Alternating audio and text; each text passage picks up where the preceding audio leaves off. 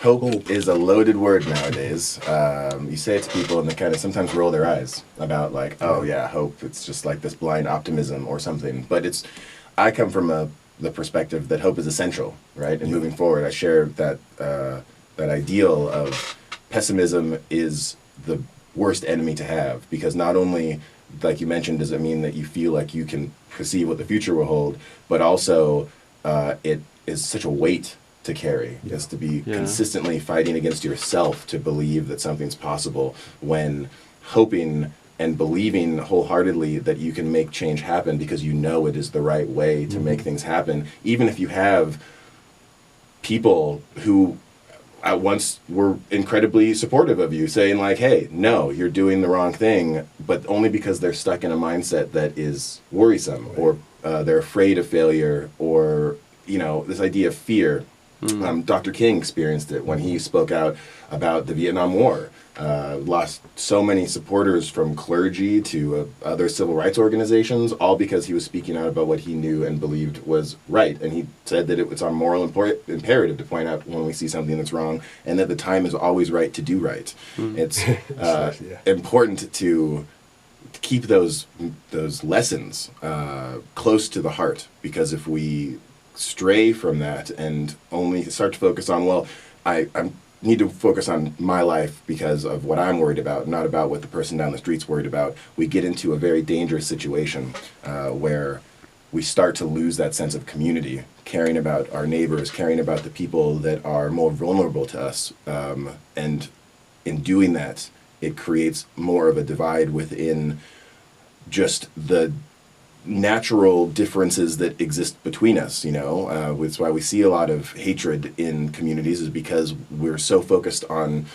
our own lives that we don't have an opportunity to engage in those meaningful interactions with people that have different perspectives. And in those different perspectives, we can find ways that we can develop our own thoughts and become more open to diverse ideas and perspectives. So it's always super important to continue, always try to never lose hope, to continue pushing forward, and then making it so that you can invite others to feel that sense of inevitable victory, right? That's the wonderful thing about nonviolence, is that everyone can participate in nonviolence. It's an intergenerational, interable, interracial kind of thing, where if we can all come together and send a clear message that we want equity and sustainability, it's possible, and there's history to prove it. Yeah.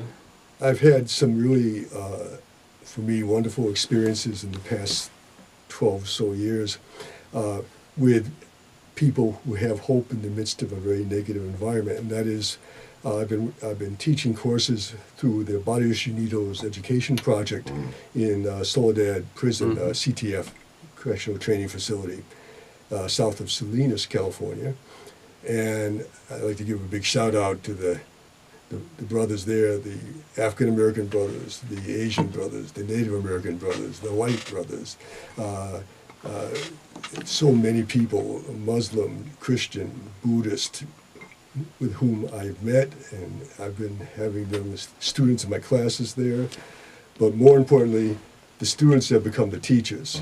They took the classes mostly about two things. One, about what I call transcommunality, which is that idea of words taking shape in the world through work, but also Kingian nonviolence. So those are the two huge areas they work on. They started their own class, and they formed a group called Samanawak, which is a Nahuatl, indigenous Aztec related word, meaning one world. One world, which includes all people. And there too, I have seen and continue to see men who are very positive. They're very self-disciplined. They're very motivated to cross over barriers and to work together in ways that provide a model both inside the institution but also out on the street, because we make sure that their words get out to the larger community. And for me, it's important. Working together is obviously a great, wonderful thing. Working together across so-called lines like race and ethnicity, religion, etc., is really excellent.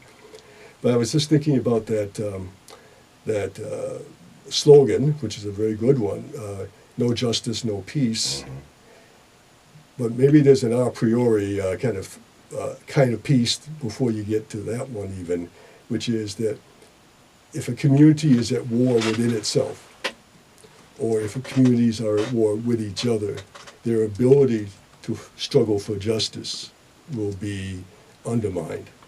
So the work that the brothers in Soledad and many others and many other institutions are doing to work together is, I think, part of the laying of a foundation for community internal peace and intra-community peace, which then strengthens communities and allows them to push forward with justice and then peace. So it's like peace, justice, peace. It's a lot of what the Poor People's Campaign is about. Yeah, exactly. And it's been such a wonderful reality to see Reverend William Barber and the other religious leaders breathing life back into the Poor People's Campaign from its original foundation in the late 60s.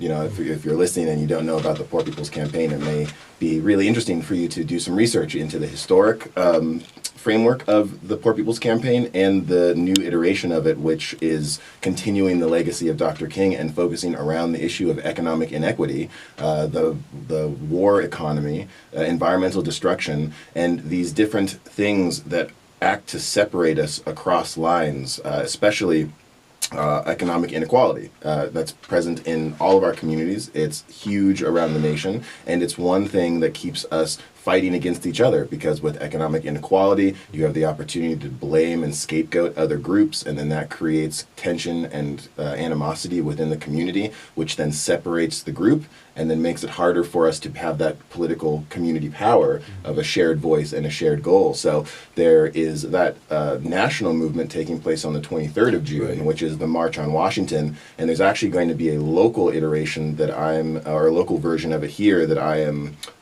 working to coordinate along with the Resource Center for Nonviolence, the Women's International League of Peace and Freedom, and a group of other organizations. So on June 23rd, we're going to be putting together an action to draw attention to how all of these national issues of economic inequity, environmental destruction, poverty, and the unequal access to resources, these issues are very relevant and present in Santa Cruz County. We think of ourselves as this place that's incredibly progressive and liberal, but if you look and you actually look at the situations of the demographics that exist, not only in Santa Cruz City, but in the county as a whole, there's massive inequity and a need for reform, a revival of our county's morality, if you were to come at it from the words of the Poor People's Campaign, because it has a lot to do with the allocation of money, where we're putting our funds, where we're emphasizing the need to put these kinds of things. Is it in community programs,